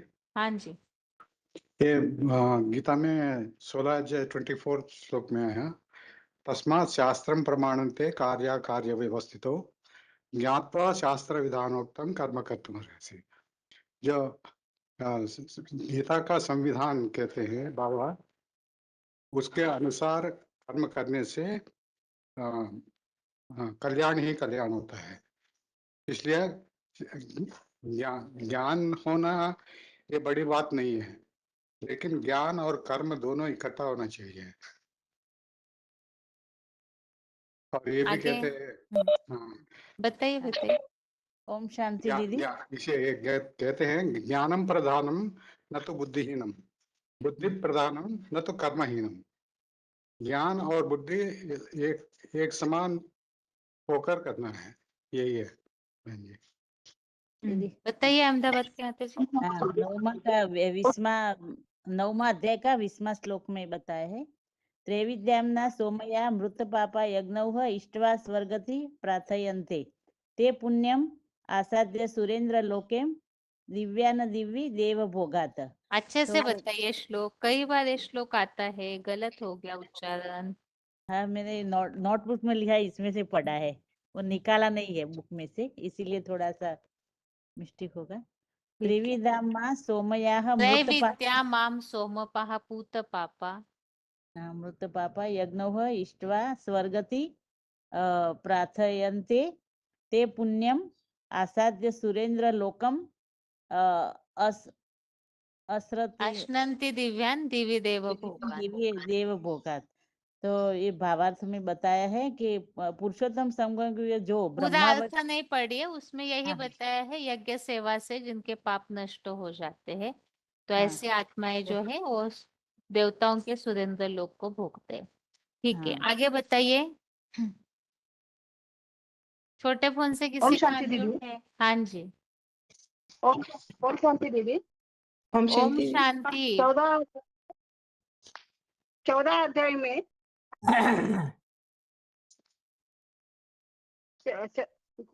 दीदी एक मिनट आगे बताइए त्रिपुर के माता जी। त्रिपुर 13514 बताइए माता जी। ओम शांति। हाँ जी, 16 का 17 श्लोक। आत्मसंभाविदाः सप्ताह धनमानता विदाः यजन्ते नाम यज्ञ ते अभयन अविधि पूर्वकम। मुखस्तुति करने वाला को दानम मर्यादा पुण्य इसका बोध में लग रहे हैं। स्वाहा स्वाहा ऐसा यज्ञ माता जी प्रश्न है स्वर्ग में जाना है तो उसके लिए पुरुषार्थ किन श्लोकों में बताया है? स्वर्ग में जाना, स्वर्ग की प्राप्ति, इसका पुरुषार्थ किन श्लोकों में बताया है? बनारस बताइए। हाँ, इसमें भी बताया है ना 13 के 18 में कि ऐसे साकार में अर्जुन के रथ को जानकर क्षेत्र और क्षेत्रज्ञ को जानकर जो बाबा ने ज्ञान दिया है संक्षेप में, वो शिव बाबा को जो जान जाता है श्रद्धा भावना से भरा हुआ भक्त, मतलब क्षेत्र और क्षेत्रज्ञ को जान के ही फिर वो मेरे ईश्वरीय राजाई भाव को पाता है। कौन सा श्लोक बताए माता जी आप? 13 का 18 है इति क्षेत्रम तथा ज्ञानम ज्ञेयम च उक्तम समासतः मद्भक्तम एतत् विज्ञाय मद्भावयाय उपद्यते। आगे बताइए। दीदी 14 का 18 है ऊर्ध्व गच्छन्ति सत्वस्ता मध्य तिष्ठन्ति रास्ता जगन्य गुणवर्तिस्ता अधो गच्छन्ति तामसा। एक दीदी 16 का 5 भी है देवी संपत्ति विमोक्ष निबंध आसुरी मता माशु च संपद देवी अभिजात असि पांडव। ठीक है, आगे बताइए। अगला अनम्यूट है फोन। ओम शांति फोन दीदी। से जिनके अनम्यूट है, हाँ मानसा के माता जी बताइए। दीदी 14वें अध्याय का 14वां श्लोक है यथा सत्वे प्रवदेतु प्रलयम याति देहव्रत तदा उत्तम विदाम लोकान अम्लान प्रतिपद्यते। क्या नंबर बताए माता जी आप? 14 अध्याय का 14वां श्लोक। अच्छा, उसमें क्या बताया है? सार बताइए सिर्फ, क्या मेन बात क्या आई है उसमें? जब देहधारी सत्व गुण अति बढ़ने पर प्रलयकालीन महामृत्यु पाता है तब तो पुरुषोत्तम को जानने वालों के निर्मल लोकों को पाता है। ठीक है, देता ठीक है दीदी। हाँ जी हेलो बताइए। दीदी 5 का 26 में है। 5 का 26 में है अपना काम रोल क्रोध नंबर विवेक बताएंगे तो हमें पता जितनाम चलेगा कौन बात कर रहे हैं। दीदी 15374। हाँ, भुवनेश्वर बताइए पहले। हाँ तो 5 का 26 में जो है जो काम क्रोध से रहित स्वयं मन बुद्धि वाले आत्मा ज्योति बिंदु के जानकर इतने का परम ब्रह्म निर्वाण पद यहाँ नहीं विष्णु लोक स्वर्गों में भी होता है। टू 64 29 नंबर बताए लवंते ब्रह्म निर्वाण ऋषि खिन्न कमल चित्रम श्रद्धा यथात्मनु सर्वभूता ही रहता है। अर्थात लगे ऋषि परम ब्रह्म का निर्वाण पद को पाता है। और एक भी 24 नंबर है 2 का 4 यह अंत सुखम अंतराराम तथा अंत ज्योति एवं यह सयोगी ब्रह्म निर्वाण ब्रह्मभूत अधिगच्छति। श्लोक नंबर समझ में नहीं आया। रहित 2-4 फालू का 2-4। अच्छा, 5 का 24। हाँ जी हाँ जी, ठीक है। जहाँ ही वाणी रहित है अंतिम होना है निर्वाण पद को पाता है। 16,468 बताइए माता जी। 32 में है सिविल वार द्वारा अनायास प्राप्त हुए और खुले हुए सर के द्वार वाले ऐसे महान धर्म युद्ध को हे पृथ्वीवरी तू सुखी क्षत्रियजन ही पाते। मतलब जो मायावी विकारों से युद्ध के मैदान में देहभान को छोड़ेंगे वो स्वर्ग में क्यों नहीं आएंगे। ये 2 के 32 में और 8 के 28 में भी है दीदी कि वेदों में यज्ञों में तप में और दान में जो भी पुण्य फल बताया है राजयोगी यह जानकर उस सारे मानवीय कर्मकांड के पार चला जाता है और आदिकालीन परम पद विष्णु पद को पाता है। अच्छा, 20,576 बताइए। 14 का 20 गुणनेतन अतीत त्रिंदहि देह समुद्भवान जन्म मृत्यु जरा दुख विमुक्त अमृतम अश्नुते। माने जो देह से जो 3 गुण उत्पन्न होता है ना सात रजतम हाँ ये सारा को मतलब अगर हम पार कर देंगे तो हम स्वर्ग को भोगेंगे। और ये जो 16 का 22 एतर्विमुक्त कौन्तेय तमोदर त्रिविनर अच्चरतात्मनम श्रेष्ठतो यान्ति परां गतिम। माने जो 3 गुण जो ना काम क्रोध लोभ, ये तीनों का अगर हम मुक्त हो जाएगा मनुष्य तीनों से, तो आत्म स्थिति अगर धारण करेगा वो 3 गुणों को छोड़ देगा तो परम गति को पाएगा। अच्छा, आगे बताइए 24,348 बताइए। आगे बताइए 10,669 769 10769 बताइए। श्लोक बताना है दीदी। बताइए। 13 का 12। यहाँ प्रश्न है कि स्वर्ग में जाने का पुरुषार्थ किन श्लोकों में बताया है। वो नहीं किया दीदी। अच्छा, आगे बताइए। अगला फोन अनम्यूट है। बहन जी मैं दीदी आठ वहाँ चलते चाहती थी। 16 में 1 नंबर का, बहन जी एक 16 मिनट में 1 नंबर झारसुगुड़ा। का वो निर्भय का कौन बात कर रहे हैं? अपना रोल नंबर बताइए। दीदी हुबली से 28372 हम्म, 2 नंबर है। हाँ जी 16 में बताइए। 1 नंबर का श्लोक है, निर्भयता, चित्त की संपूर्ण शुद्धि, ज्ञान और योग में विशेषता, निरंतर स्थिरता और आत्म स्थिति में ठहरना, इंद्रियों को संयम करके यज्ञ सेवना करना, ये वो न्याय स्वर्ग में जाने का अनेक अच्छा, तरह से स्मृति रूप और तप के सरलता से आध्यात्मिक चिंतन करना, मनन चिंतन करके ये सब आत्मा ये स्वर्ग में जाने का ठीक। तो आगे जाने हो बताइए। अगला फोन अनम्यूट है। वंदना जिनका नाम लिखा है, आप बताइए। 8083। और 3 अध्याय का 9 नंबर में बताया, जो यज्ञ कर्म करते हैं वो कर्म का फल उसको स्वर्ग की तरफ लेता है। जो देवानी कर्म करते हैं जो नरक का, ये एक बताया। फिर 5 का ऐसे 12 3 के 9 में एक मिनट अपनी बात क्लियर कीजिए। यज्ञार्थ 3 कर्मण के 9 अन्यत्र एवं कर्म बंधन तदर्थम उसमें कर्म स्वर्ग कौन्तेय। की बात नहीं आई ना, मुक्त संग समाचार ऐसे है ना। कैसे स्पष्ट कर रहे हैं उसे फिर? ये जो यज्ञ अर्थ जो कर्म किया जाता है, वो यज्ञ अर्थ जो कर्म है वो मतलब बंधन से मुक्त करने का काम करता है। और जो देवानी कर्म करते हैं वो कर्म बंधन में डालता है। और ये 5 का 12 में स्पष्ट बताया। उल्लेख नहीं है वैसे इसमें। अच्छा ठीक है, 5 का 12 में बताया, युक्त हाँ। कर्म फलोत्युक्त शांति अपनुति नष्टि की अयुक्त काम कारण फलसक्त निबध्यते। फिर ये 3 का 19 में भी बताया, तस्मात् असक्तम सततम कार्य कर्म समाचर। आवाज नहीं आ रहा है। तस्मात् असक्तम सततम कार्य कर्म समाचर असक्त ही आचरण कर्म परम आपनोति पुरुष।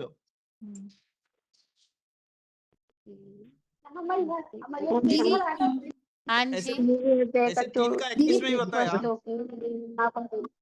एक मिनट, क्या बता रहे? कौन सा श्लोक नंबर बताया अभी? ये बताया 3 का 19।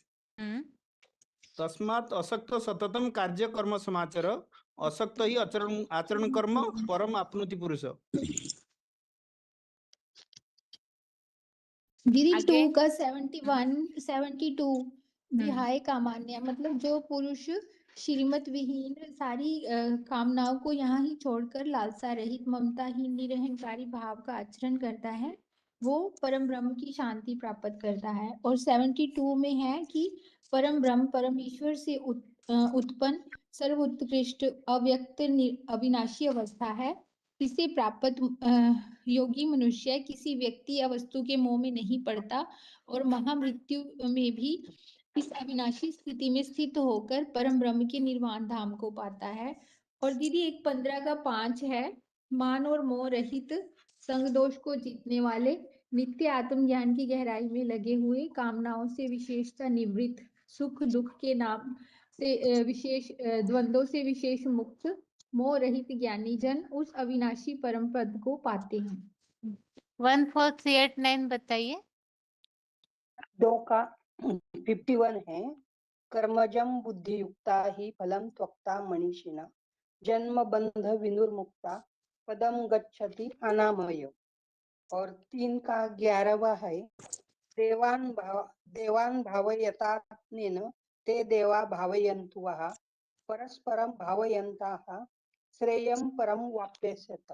3 के और 11 को समझ में नहीं आया, किस हिसाब से लागू करें 3 का 11?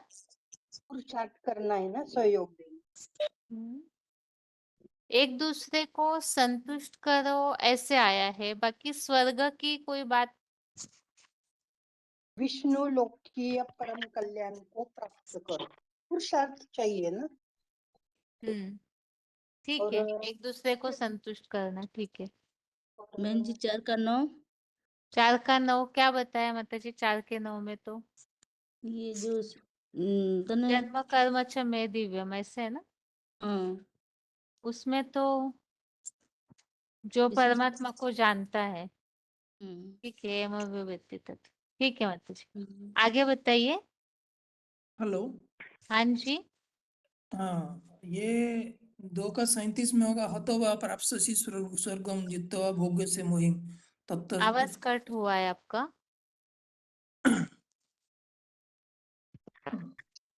हतो वा प्राप्स्यसि स्वर्गम जित्वा वा भोग्यसे मोहिम तस्मात् उत्तिष्ठ कौन्तेय युद्धाय कृत निश्चय। और दूसरा आएगा कि ये 5 का 22 हो सकता है क्या? ये जो ही संस्पर्शजा भोगा दुख यो नो यवते अद्यंतवंत कौन्तेय न तो तेषु रमते बुधा। अर्थात जो सभी कर्मेंद्रियों के विषय से उत्पन्न भोग है वो दुख का जन्मदाता है, आदि अंत वाले क्षण भंगुर है। तो जो बुद्धिमान लोग उस विषय भोग में रमण नहीं करते।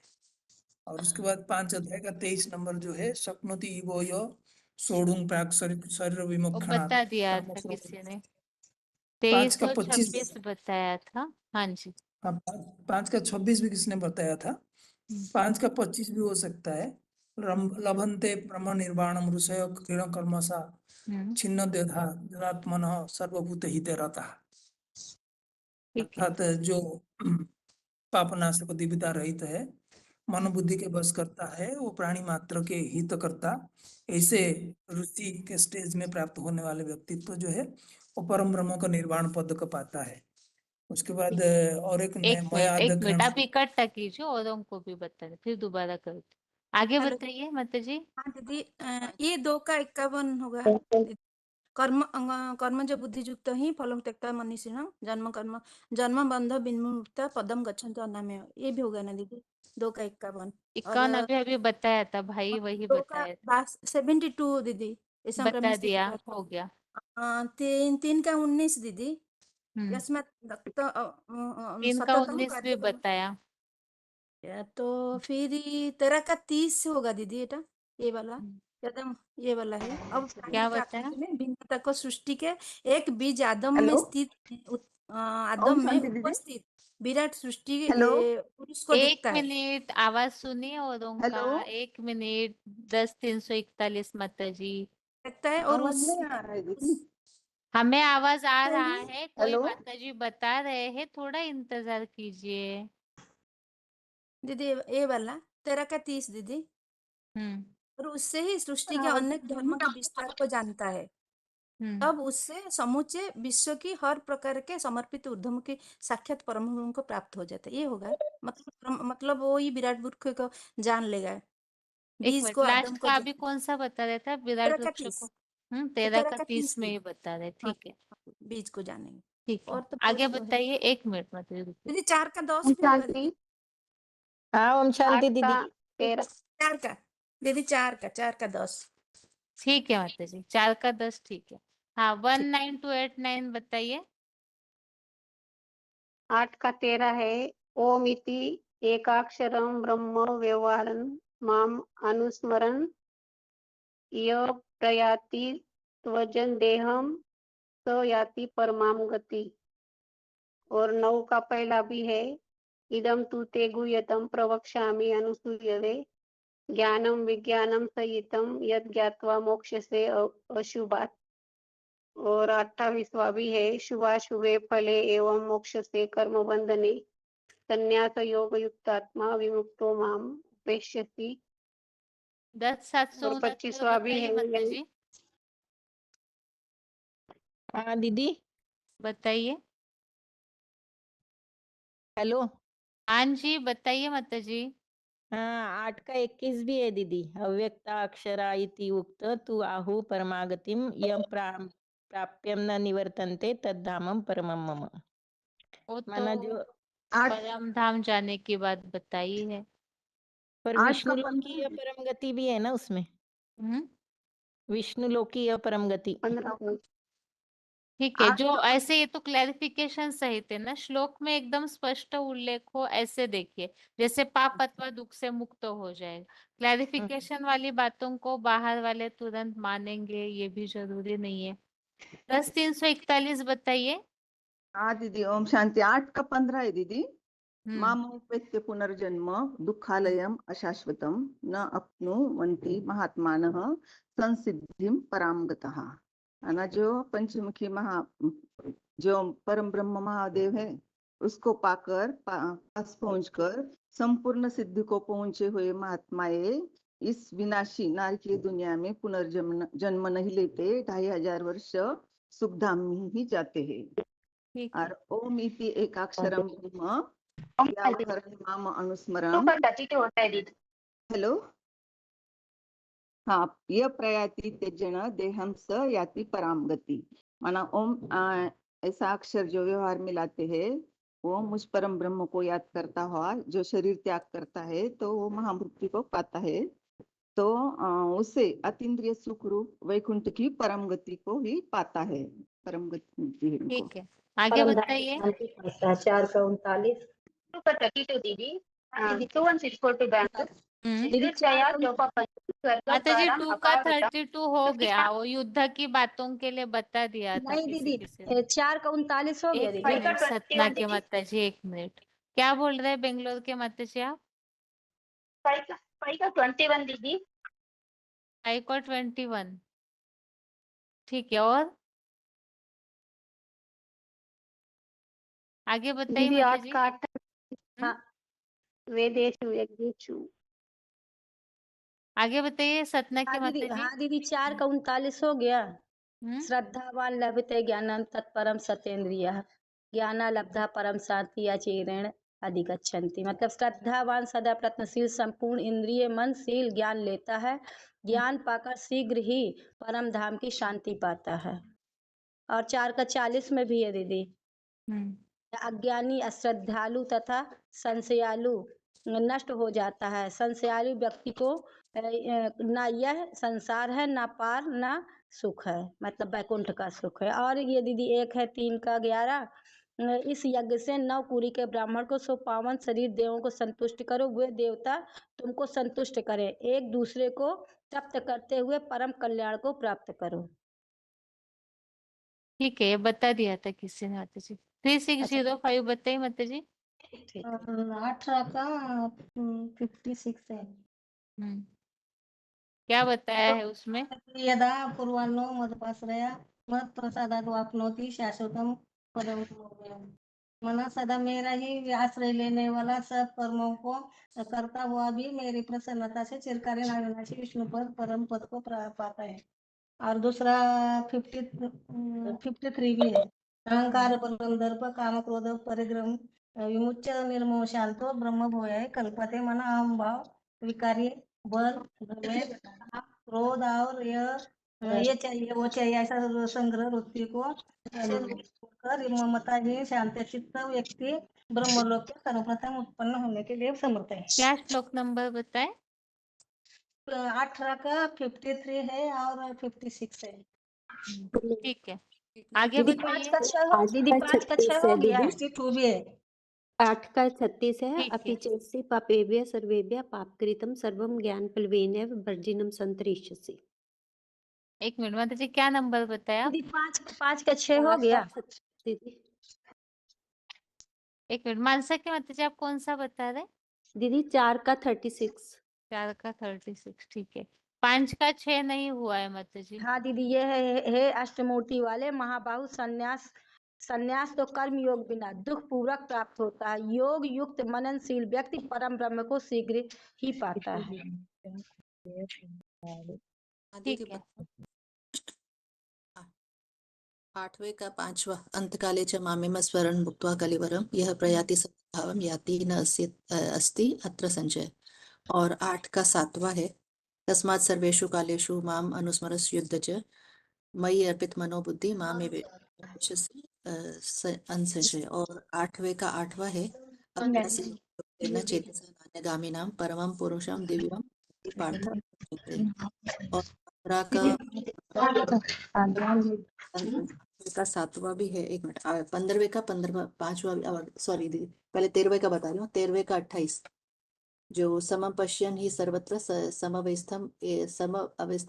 अवस्थितम ईश्वरः न हिनस्ति आत्मना आत्मानं ततो याति परम गतिम। और 13 का 34 भी है क्षेत्र क्षेत्र के योर एवं अंतर च ज्ञान चक्षुष भूत प्रकृति मोक्षम च ये विदुः यान्ति ते परम। और इसका बता रही थी 14 का 11वां भी है, पता नहीं दीदी शायद ये हो गए हो तो। सर्वद्वारेषु देहे अस्मिन् प्रकाश उपजायते ज्ञानम यदा तदा विद्यात् विविरुद्धम सत्वम सतत्वम इति उत। और 15 का 5 ये भी था, 15 का 5वां जिसमें वो तो हो गया, 15 का 5 हो गया। ठीक, बस इतने ही इकट्ठे। ठीक, आगे बताइए माता जी। 18 का दीदी 16 का 71 22 हो गया। हो इन गया तीन है, अंधकार से द्वारों 16 में का विमुक्त 22 हो और गया, हो गया। ओके। हाँ जी। 18 का 71 है, 71 श्रद्धावान अनुसूयच्च शृणुयात् अपि यो नरः स अपि मुक्ताः शुभान् लोकान् प्राप्नुयात् पुण्यकर्मणा। ठीक है। और 18 का 49 भी है, असक्त बुद्धि सर्वत्र जितात्मा विगत स्पृहा नैष्कर्म सिद्धि परमां संन्यासेन अधिगच्छति। ठीक है, अभी 3-4 मिनट का ही टाइम बाकी, इसलिए हाथ सभी के नीचे किए हैं। और प्रश्न है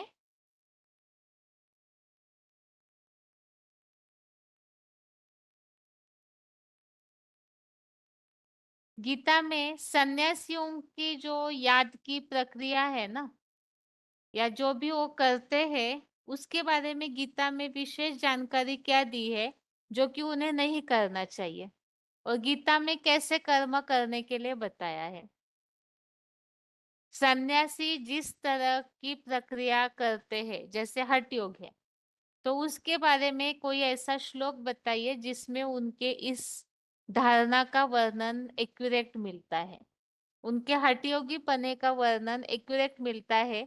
ऐसा श्लोक अगर बिना देखे याद है तो ज्यादा अच्छा है।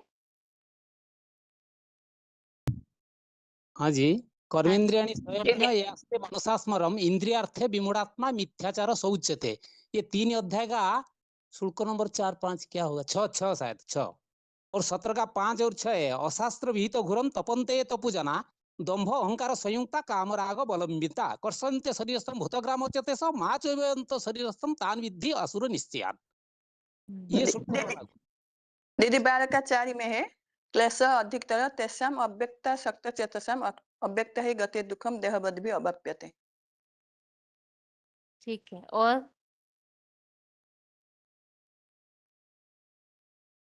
किसी को याद नहीं है और तो हाथ नहीं उठे इसके लिए। 3 का 6 है कर्मेंद्रिय सेम्य जास्ते मनसा स्मरण इंद्रियार्थात् विमूढ़ आत्मा मिथ्याचार से उच्यते। ठीक है, और बताइए आगे।